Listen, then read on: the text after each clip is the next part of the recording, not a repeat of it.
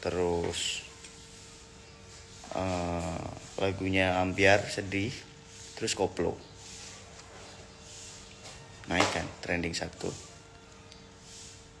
Jadi poin plusnya banyak. Tapi gue nggak niat bandingin, tapi karena pada saat itu 1 hari setelahnya itu Gilga pun sama Happy rilis lagu yang udah jelas itu duet ya. Maksudnya sekarang ini siapa yang nggak tahu Gilga Happy gitu?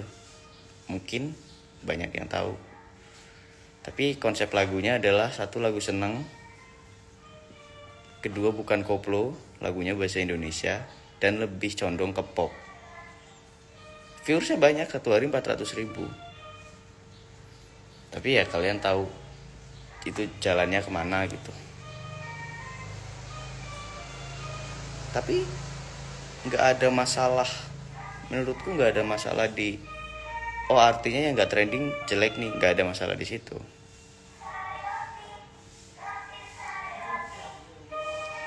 Tetap aja mereka punya poinnya masing-masing, mereka punya tujuan yang mau disampaikan di karya-karya mereka gitu.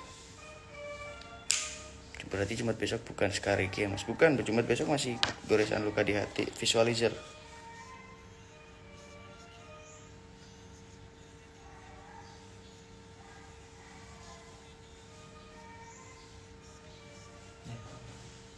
Sip.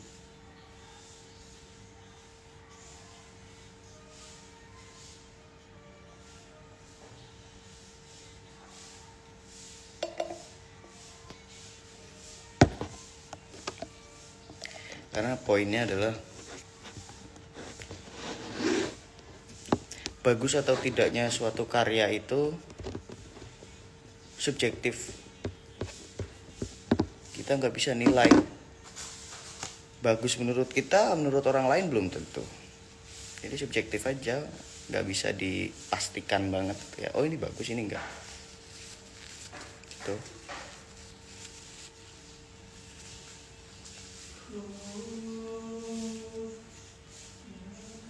Kenapa sekarang banyak lagu-lagu yang naik itu lagu-lagu yang sedih? Karena hampir rata-rata penikmat lagu zaman sekarang ini sebagian besar dikuasai oleh Gen Z. Gen Z itu ya yang seumuran gua atau di bawah gua dikit, di atas gua dikit. Itu Gen Z tuh. Lagu Sekecewa Itu aja dalam rilis viralnya baru sekarang. Iya, karena pengonsumsi terbesarnya adalah Gen Z. Dan Gen Z itu terkadang lebih kreatif. Kayak mereka denger lagu, terus lagunya itu sesuai sama apa yang lagi dia rasain gitu. Akhirnya sama mereka dibikin suatu karya lah, suatu bentuk kreativitas, kayak entah dibikin speed up atau dibikin template CapCut atau dibikin buat background video-video apa gitu. Lalu Nabila, nah akhirnya dari situlah orang-orang akhirnya ikutan tren itu. Dan secara analitik memang yang sering melakukan hal itu adalah para Gen Z, anak-anak seumuran gua atau di atas gua dikit atau di bawah gua. Kayak ponakan-ponakan gua itu, kalau mereka ngeliat tren di TikTok itu pada bikin tren.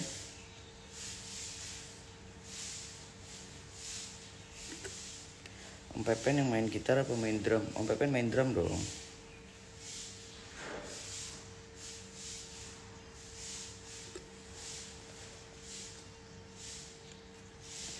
Pinter public speaking, bagus. Salut buat Mas Lana. Bukan masalah public speaking, itu mah masalah pengetahuan umum aja. Karena gue di dunia musik kan, maksudnya gue mendalami dunia musik, jadi gue harus tahu seluk-beluknya, gue harus tahu apa ya efeknya yang bisa bikin naik gitu. Kalau sekarang ini jangankan gue ya, kayak kita ngomongin lagu Melayu lah, genre gue, jangankan gue, bahkan orang-orang yang tahun 2022 dan 2023 itu mereka hits maker, pembuat lagu-lagu hits kayak Arif, terus abangku Thomas Arya, abangku Andra Respati, itu mereka kan tahun-tahun kemarin pencipta lagu hits ya. Ya hitmaker lah bahasanya. Itu mereka sekarang aja masih belum bisa untuk mengalahkan skena ambiar, mengalahkan skena lagu-lagu Jawa yang lagi sedang pop, yang sedang hit sekarang gitu. Apalagi gua yang baru mulai gitu. So not a problem, tapi jadi motivasi aja buat gua bosnya. Oke, nanti bisa campur ini Bi, air panas terus kasih air biasa, jadi biar anget. Ini saya manggilnya Mas atau Adek ya? Adek boleh, Adek. Tadi ada yang jual bubur, Bi. Gue padahal bawa duit ya. Lupa gue. Ini biasa aja. Iya biasa. Pengen. Tumben amat bro. Bro, gue habis lari pagi, gue gila. What you want me to be? Gak harus trending kan, yang penting hasilnya memuaskan. Sebenarnya gak munafik juga harusnya trending.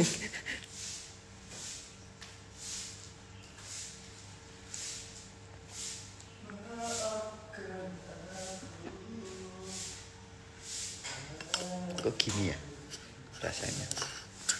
Berapa deh umurnya? Umurnya 22. All that you kemarin. Ah? Beli bubur yang kemarin.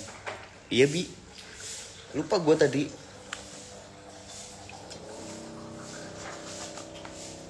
Fuck off.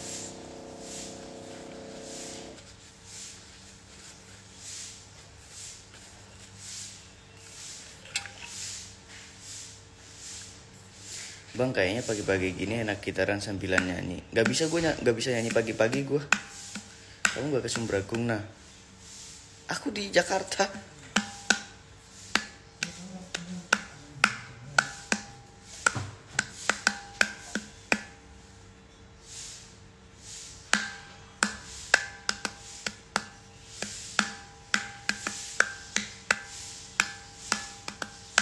Di sini kemarin buburnya aneh guys, buburnya nggak pakai kuah gitu loh, nggak pakai kaldu.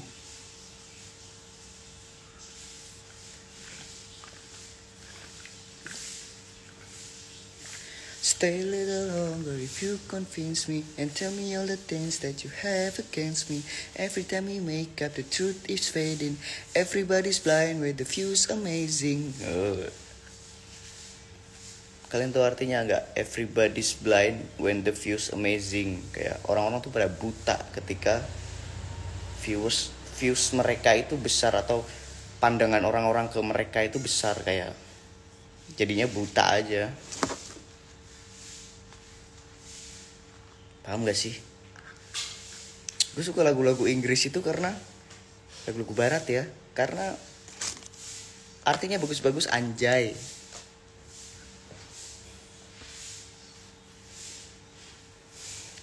Yang itu yang bikin gue jadi makin open minded ya buat diri gue sekarang. Tumbenan udah bangun masih. Gue udah lari pagi bro, udah kemana-mana. Bocok komenku dong. Halo Erna Oman. Mas tahu lagu BTS nggak? Gue taunya yang buat iklan Tokopedia itu loh. Apa sih namanya? Judulnya Boy With Love. Boy With Love.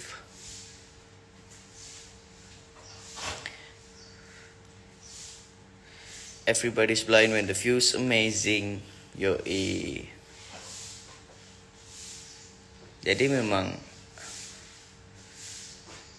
gue lepas dulu ya airpod gue. Jadi memang itu lagunya Post Malone by the way, judulnya Stay. Jadi lagu Stay itu sebenarnya nyeritain tentang hubungan toksik dia sama pacarnya. Tapi di luar itu adalah dia menyinggung dirinya sendiri yang pada waktu itu memang sempat buta, bukan buta matanya ya, tapi buta pandangan dia tentang segala sesuatu karena dia sedang mendapatkan exposure yang begitu besar gitu. Jadi kalau kalian pengen tahu ya, ini fun fact kenapa gue ngefans banget sama Post Malone ya. Selain Avenged, Dream Theater, Guns N' Roses, itu gue ngefans sama Post Malone dan Harry Styles. Ini gue pelajarin karena gue nggak bisa dipungkiri lah, maksudnya gue mendalami bidang gue dalam musik dan juga dalam hal manajemen diri, manajemen artis gitu. Dan Post Malone itu salah satu artis yang karirnya benar-benar mendongkrak banget. Dari dia rilis album pertama, album dia langsung masuk ke nomor 5 besar, kalau nggak salah 5 besar di tangga album Amerika Serikat. Itu Post Malone di album pertama. Album keduanya langsung nomor 1. Album ketiganya nomor 1. Tapi album keempatnya itu flop, dia jatuh, albumnya jatuh karena posisi dia rilis ketika Covid. Dan itu juga jadi masa-masa paling depresi buat dia. Album pertama rilis itu Post Malone ya mungkin kaget lah, maksudnya dia awalnya siapa terus tiba-tiba dapat exposure sebesar itu. Tapi dengan exposure sebesar itu, ketika dia rilis album kedua, itu exposure-nya malah ditambah. Bukan dia kaget awalnya, tapi ditambah. Habis ditambah, dia mulai depresinya mulailah. Tapi dia star syndrome-nya udah mulai berkurang. Jadi waktu star syndrome dia itu prosesnya di album pertama dan kedua. Album ketiga star syndrome-nya udah mulai berkurang, tapi depresinya meningkat. Akhirnya di album keempat, star syndrome-nya udah jarang banget. Kayak sekarang gue itu lihat Post Malone adalah the most humble artis di Amerika gitu. Kayak lu bisa ketemu dia kalaupun lu ada kesempatan ketemu, dan lu bisa ajak foto dia, lu bisa peluk dia gitu. Yang gue lihat ya dari orang-orang yang udah pernah ketemu dia. Di album keempat itu dia udah nggak star syndrome, dia jadi orang yang humble. Akhirnya dia nemuin dirinya sendiri lagi. Tapi depresinya meningkat. Di luar depresinya yang meningkat, dia udah mulai bertanggung jawab atas diri dia. Karena di album keempat itu dia akhirnya punya anak. Jadi dia belum nikah tapi punya anak gitu. Yang bikin dia akhirnya sadar bahwasanya, oh gue nggak bisa nih terus-terusan mabuk-mabukan, gue nggak bisa terus-terusan depresi tentang diri gue terus karena gue udah ada anak gitu. Gue harus lebih tanggung jawab sama anak gue gitu. Karena apapun yang akan gue lakuin di panggung atau di depan layar kaca itu akan berpengaruh sama anak gue nanti pastinya gitu. Nah, akhirnya di album kelima dia rilis album Self Title. Jadi buat teman-teman yang nggak tahu album Self Title itu, album Self Title itu album yang namanya sesuai sama namanya dia. Kayak misal nama gue Maulana Ardiansyah, pasti someday gue akan rilis album yang namanya Maulana Ardiansyah gitu. Dan biasanya album-album yang pakai nama sendiri itu diproduksi sendiri, kayak alat musiknya di tag sendiri, gitar-gitarnya di tag sendiri, terus lagu-lagunya diciptain sendiri. Itu album Self Title namanya. Nah di album kelima itu Self Title, dia udah mulai beranjak musiknya, udah mulai dari yang pertamanya rap, terus mulai ke hip hop, terus mulai ke pop mulai ke country sekarang. Yaitu Post Malone. Itu kenapa gue ngefans banget sama beliau, karena bukan cuma dari sisi musikalitasnya tapi juga dari pribadinya. Dia bagus lah manajemen dirinya. Tadi ada Aska komen kalau Nirvana gimana. Nirvana itu band yang gak akan ada matinya bro, forever young. Nirvana itu bahasanya selamanya muda. Karena Kurt Cobain meninggal umur 28 tahun vokalisnya. Jadi kita gak akan pernah lihat Kurt Cobain itu tuanya gimana. Apapun yang kita lihat tentang Nirvana itu akan muda. Ya udah Nirvana tuh taunya band anak muda. Karena vokalisnya meninggal pas usianya masih muda. Jadi ya sama kayak Nika Ardila almarhumah ya. Mendiang atau almarhumah ya. Almarhumah Nika Ardila itu sampai kapanpun kita akan mengingat beliau, sosok almarhumah, sebagai sosok muda. Sosok muda yang yang ya udah kita akan nikmatin karya-karyanya di usia mudanya beliau, di usia mudanya almarhumah gitu, yang kita nggak bisa tahu tuanya gimana nih ke Ardila.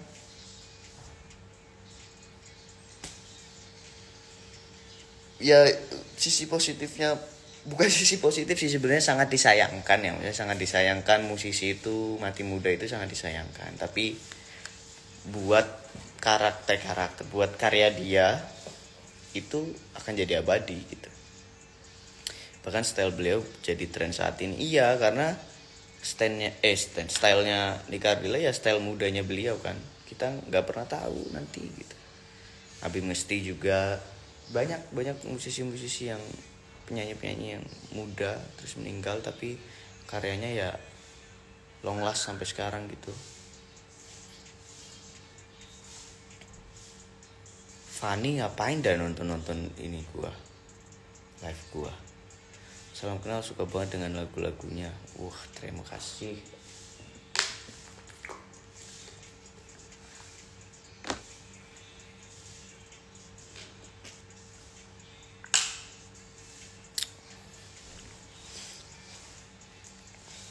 Seru jadi anak muda yang bisa atau punya kemauan buat mengulik sesuatu. Kayak gue jujur bocahnya nggak suka baca, tapi gue lebih suka ngedengerin. Dan menurut gue membaca dan mendengarkan itu adalah satu hal yang hampir mirip lah efeknya. Itu menurut gue. Jadi gue lebih senang dengerin aja kayak orang storytelling. Gue lebih suka dengerin daripada baca bukunya atau apa. Kayak gitu sih. Terus gue juga kalau baca itu gue lebih suka baca sejarah. Jadi misal kayak yang tadi gue bahas Post Malone, Guns N' Roses, Nirvana. Gue itu karena saking sukanya jadi gue baca sejarah mereka, kayak awalnya gimana sih ya, awalnya lagu yang mana sih gitu. Aku lebih suka kamu, anjay. Luar biasa Yulita.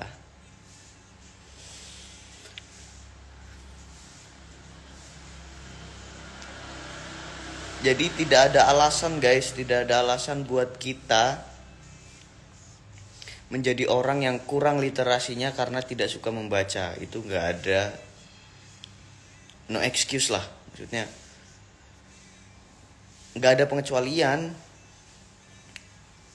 Lu hidup di zaman modern, meskipun lu malas baca, lu harus tetap punya literasi yang luas gitu. Karena sekarang banyak, maksudnya bisa dengerin. Kayak misal kayak gue belajar lagu. Gue belajar bahasa Inggris itu jarang karena baca, anjay. Gue belajar bahasa Inggris itu karena gue dengerin lagu bahasa Inggris. Gue nonton film Inggris yang kadang itu gue sengaja subtitlenya gue bikin bahasa Inggris. Meskipun gue gak paham, gue akan tetap, oh cara pengucapannya gini, kalau kata-kata ini pengucapannya gini, kata-kata ini pengucapannya gini gitu.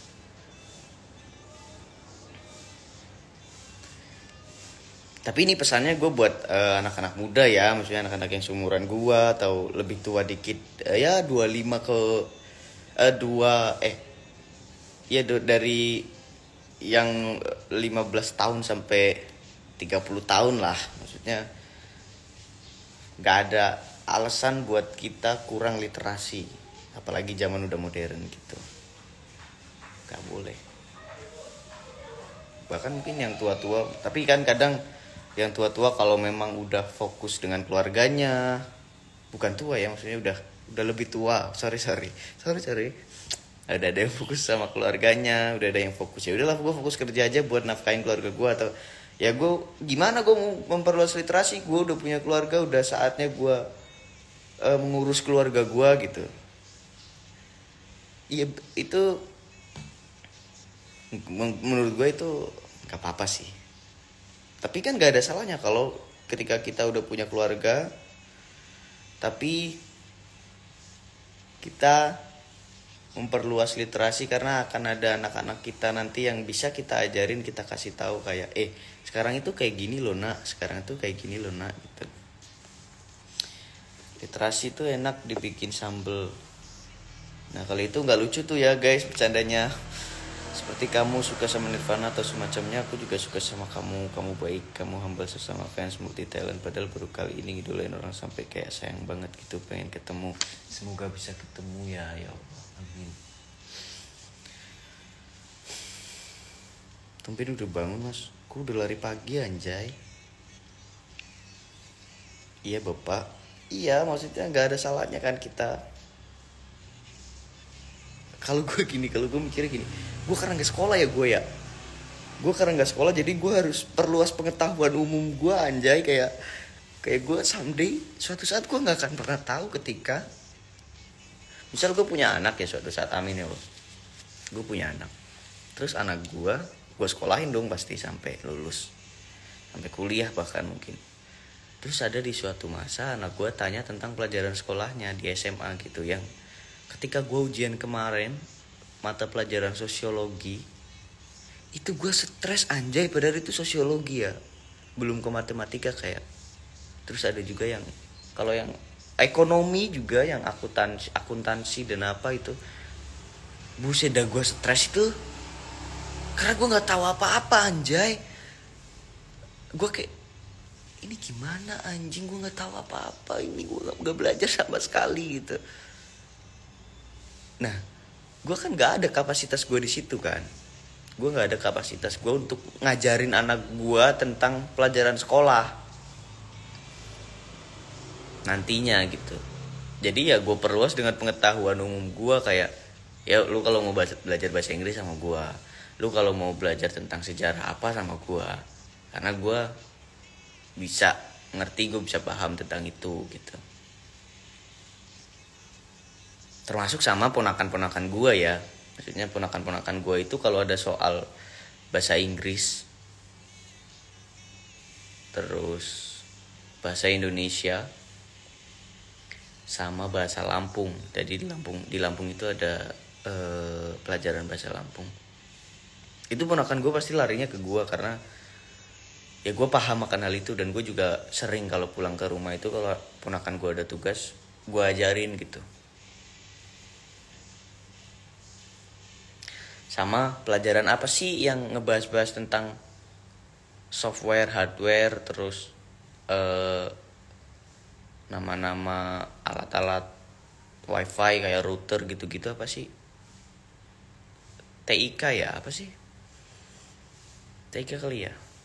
Bahasa Arab, waduh. Huwa huma hum, hiya huma huna. Gitu gak sih? Anta antuma antum.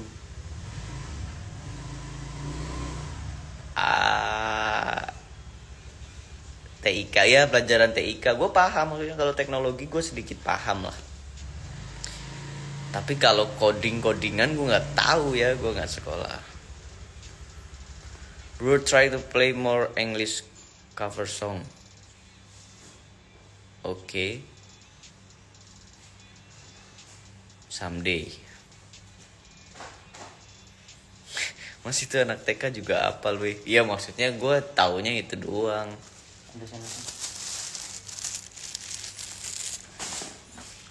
Temenin gue ini ya sarapan ya. Gue mau siripin bibir. Siripin bibir. Gue matiin AirPod. Kalau gue matiin AirPod, itu mati nggak ya? Maksudnya ada suaranya nggak ya? Coba ya. Huwa huma hum, iya huma huna, anta antuma antum. Ada suaranya nggak gua? Try to speak fluent English bro. Wah gila, gue ditantangin ngomong Inggris dengan baik dan benar gini,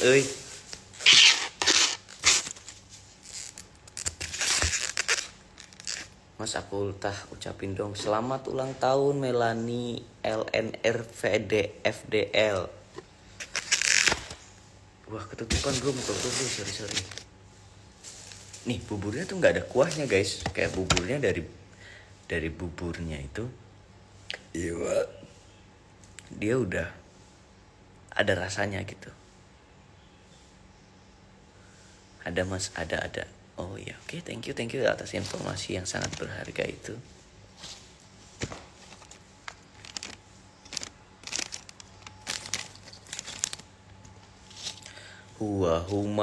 Hum.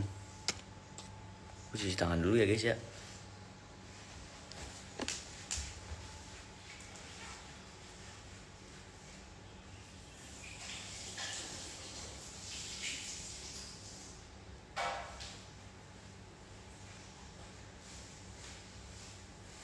Dengarlah cinta, hatiku remuk redam.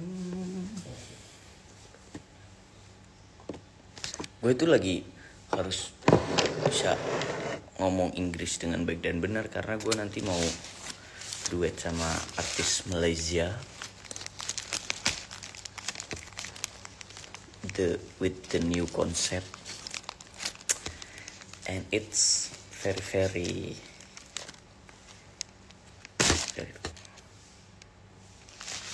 fun to do.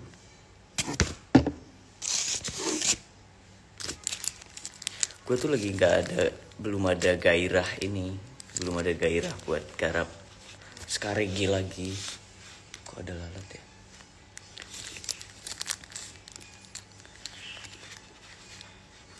Baca doa dulu. Belum gue buka ininya.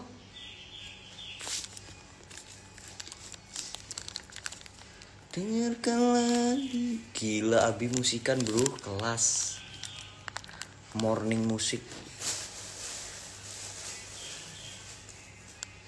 Ana nahnu. Apa ya itu ya? Gue pernah ada pelajaran itu juga bro. Jadi sekolah nak lana kapan masuknya? Gue udah lulus nih ye.